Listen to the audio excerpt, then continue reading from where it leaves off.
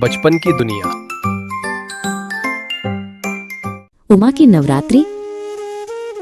नवरात्रि का त्योहार आ गया था और छोटी उमा बहुत खुश थी। उसका घर रंगीन रोशनी और फूलों से सजा हुआ था।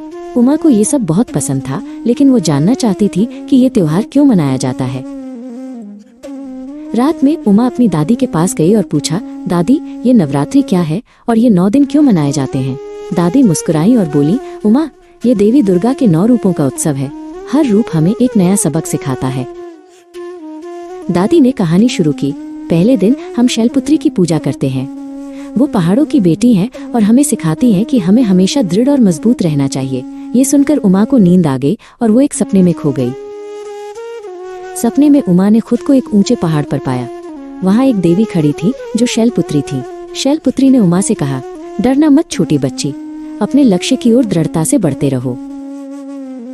फिर उमा ने ब्रह्मचारिणी को देखा। वो शांत और तपस्या में लीन थी। ब्रह्मचारिणी ने उमा को सिखाया, अनुशासन और कड़ी मेहनत से ही सफलता मिलती है।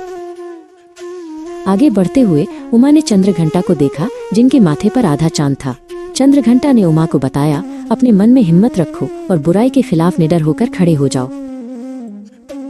फिर उमा ने कुष्मांडा को देखा, जो अपनी मुस्कान से ब्रह्मांड को रोशन कर रही थी।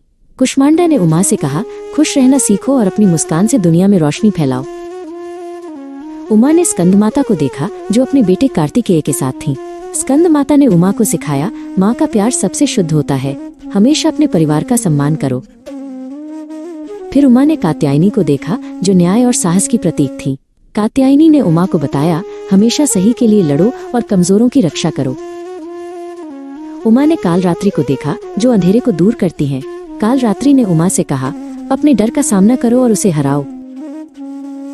फिर उमा ने महागौरी को देखा, जो शांति और पवित्रता का प्रतीक थी। महागौरी ने उमा को सिखाया, अपने मन को शांत रखो और हमेशा शुद्ध विचार रखो। अंत में उमा ने सिद्धिदात्री को देखा, जो सभी सिद्धियां देती है। सुबह जब उमा की आंख खुली तो उसे सब कुछ याद था। वो समझ गई कि नवरात्रि केवल एक त्योहार नहीं, बल्कि जीवन के 9 महत्वपूर्ण सबक है। उसने अपनी दादी को गले लगाया और कहा, दादी, अब मैं जानती हूँ कि हमें हर दिन एक बेहतर इंसान बनने की कोशिश करनी चाहिए।